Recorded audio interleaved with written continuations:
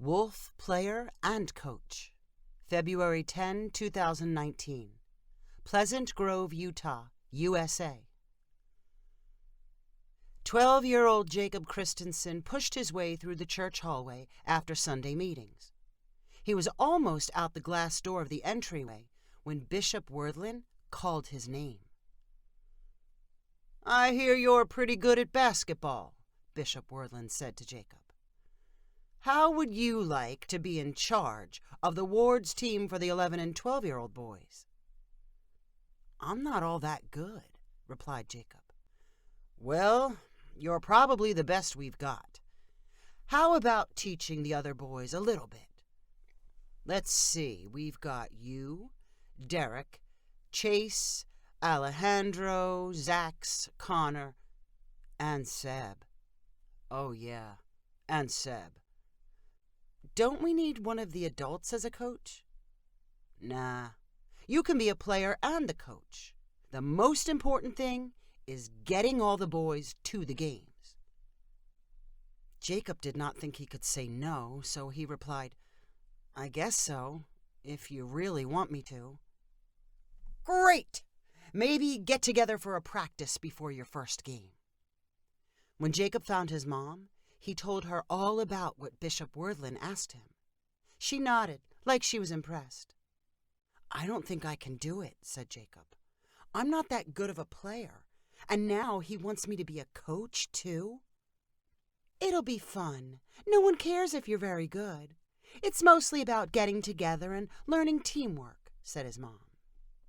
"But a lot of the guys don't know anything about basketball. I'll bet Alejandro and Zax have never even held a basketball. All you have to do is show them a few things. No one expects you to be NBA players." 3 of the 6 boys on Jacob's contact list had their own phones, and he texted them directly about a weekend practice. For the other 3, Jacob texted and called their parents. On Saturday morning, Jacob brought his own basketball to the church building, and Bishop Worthlen showed up to unlock the door so the boys could get to the gym inside. Everyone Jacob contacted made it, although Alejandro wore jeans and Zax had on long pants, more appropriate for a church meeting than a basketball practice. "So, Bishop Worthlen wants me to be the coach," Jacob announced to the group. "I guess that means I can decide who plays in the games and what position you should be. How many of you can make a free throw?" 4 hands went up, including Derek's. "Do you mean all the time or after lots of tries?" Derek asked. "Because I need lots of tries."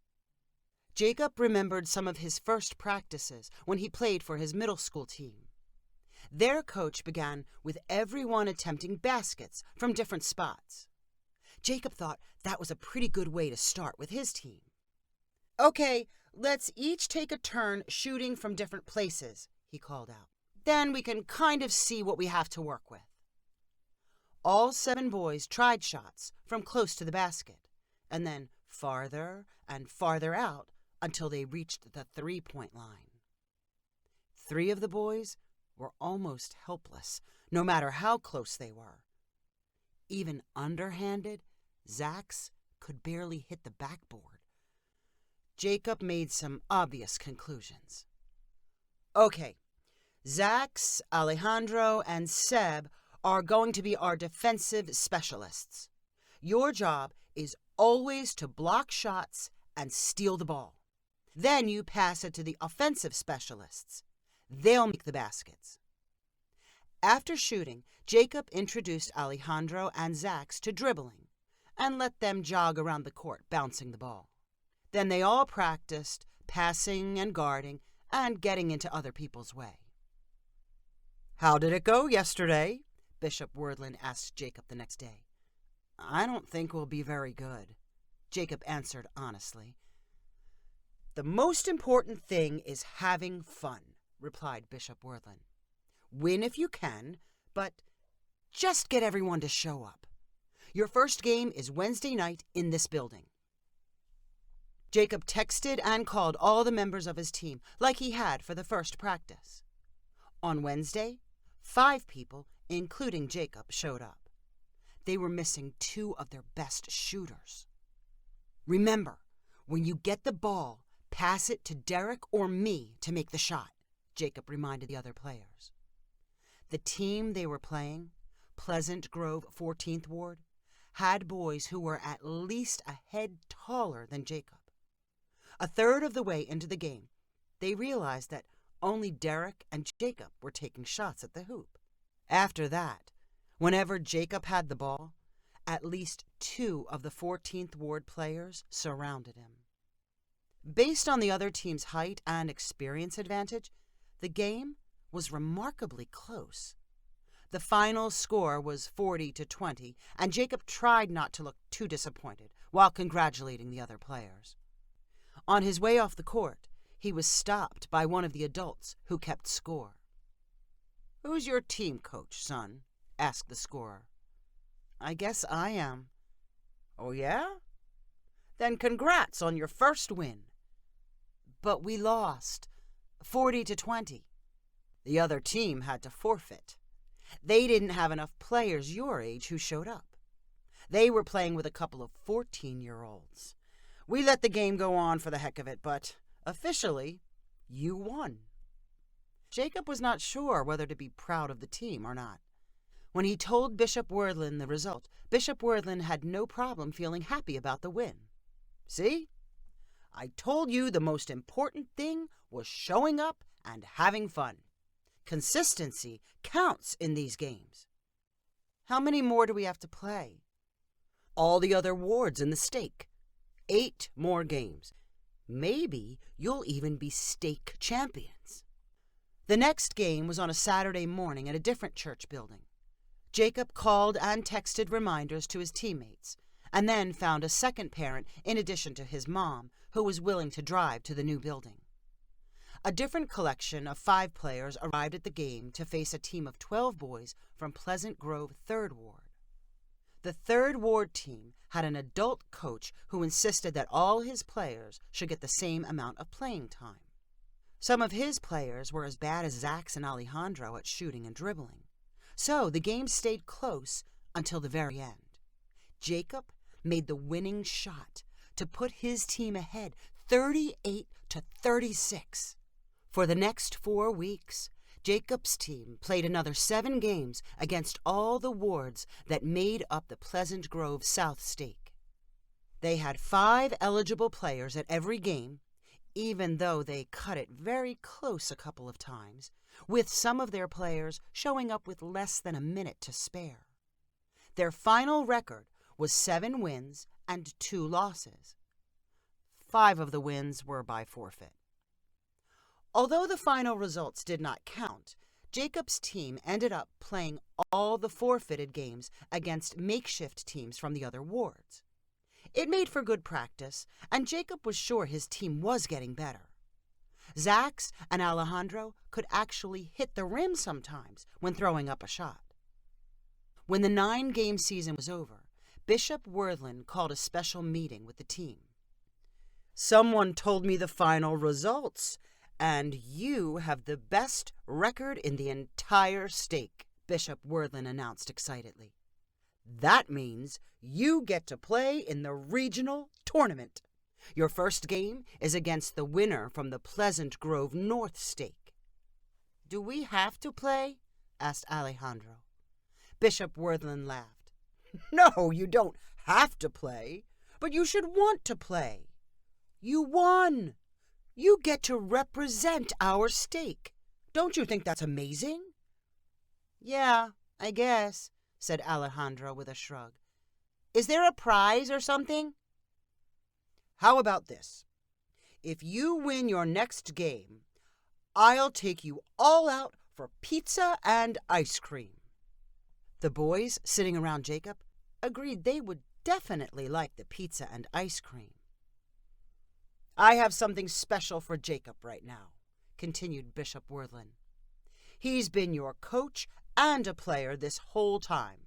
He's been the one reminding you about the games and making sure you all get to play. So I got him this.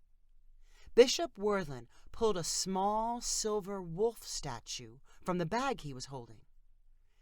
Every pack of wolves has a leader who watches over them and makes sure no one is left behind. I want Jacob to have this little wolf as a symbol of how he taught you and included you, whether you knew how to play basketball or not. Jacob happily accepted the wolf statue. When he got home, he put it next to his lamp on his nightstand. He loved how the grooves in the metal looked like fur and how the wolf was muscular and strong. That was how the bishop thought of him. A week later, when Jacob's team showed up for the tournament, all 7 boys were there, along with at least one of their parents. Their competitors from Pleasant Grove North were already warming up. More than a dozen of them were practicing 3-point shots and wearing jerseys from the leagues where they normally played.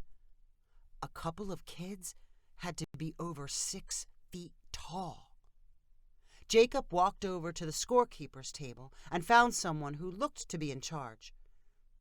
"My team's supposed to be playing kids 13 and under," said Jacob.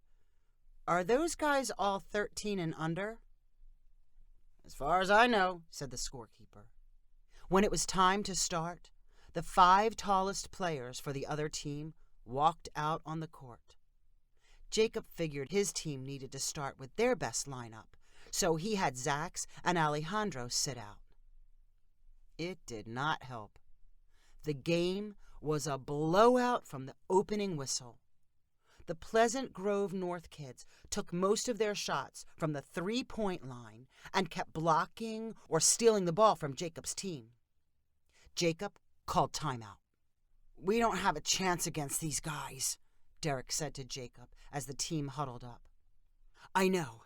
Let's not worry about it too much," said Jacob between deep breaths. "Just do your best and hold the ball for as long as you can before taking a shot. Then they can't run up the score too bad. We'll all take turns playing." Jacob continued to substitute players, while Pleasant Grove North stuck with their best 5. Their taller players blocked and screened and acted like the game was close. At halftime, the score was 41-13. The other team did not relax in the second half until they were up by 50 points. Then they made their first substitution. A player named Mikey came in to replace one of the tall guys. Jacob had not noticed Mikey sitting on the sidelines and only realized that Mikey had Down syndrome when he stood very close. Pleasant Grove North stole the ball and ran down to their basket. Mikey stopped near the free throw line with 2 of the taller players next to him and the other 2 under the basket. Someone handed Mikey the ball. He made a shot toward the basket, which fell way short. One of his teammates rebounded the ball and passed it back to Mikey. Mikey shot and missed again. His teammates muscled the ball away from Derek and handed it to Mikey. Miss. Rebound. Back to Mikey. No matter where Jacob and his teammates stood, they could not get the ball back. Pleasant Grove North was determined that Mikey make a basket. Since they appeared powerless to stop them, the rest of Jacob's team stopped trying. They simply stood there and let Pleasant Grove North pass the ball around. As Jacob watched, he grew more frustrated. The other team was rubbing it in that they could do anything they wanted. It was humiliating. Jacob had thought his team had gotten better, but this proved they were still horrible. The only way they made it to regionals was through forfeits. The tall Pleasant Grove North players began showing off by dribbling through their legs before handing the ball to Mikey. Jacob could not stand it anymore. When someone made a bounce pass to Mikey, Jacob leaped to grab it. When he missed and fell to the floor, the Pleasant Grove North boys laughed. Jacob jumped to his feet. As Mikey put his hands up to attempt another shot, Jacob flung out an arm and swatted the ball. Whack! Jacob made contact, and the ball flew across the court and out of bounds. Dead silence fell over the gym. Players looked back and forth between Mikey and Jacob. A spectator on the sidelines booed. Then another and another. Someone called out, "Show some sportsmanship! Let the poor kid play!" Jacob's face turned red hot. He felt like he was standing naked on the court as the boos continued. He dropped his head and ran from the gym and then from the building.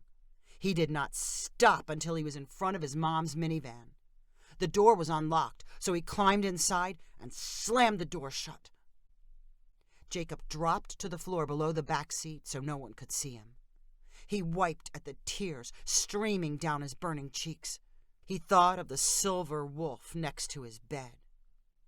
As soon as Bishop Wordlin heard about the ball slap, he would surely ask for the wolf back. Jacob lost track of time as he laid there feeling miserable for himself.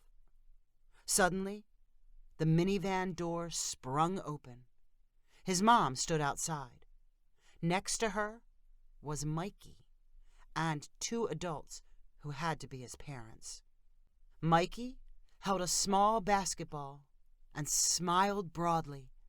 He gestured to his dad and used words Jacob could barely understand.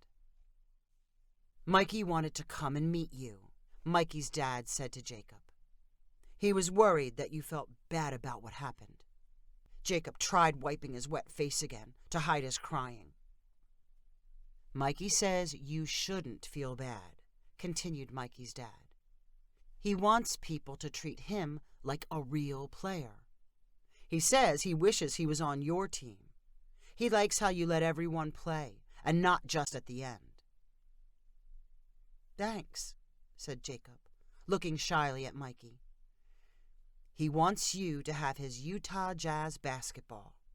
He got it at one of their games." "No, I can't take his ball." "He wants you to have it. He can be very stubborn about things like this.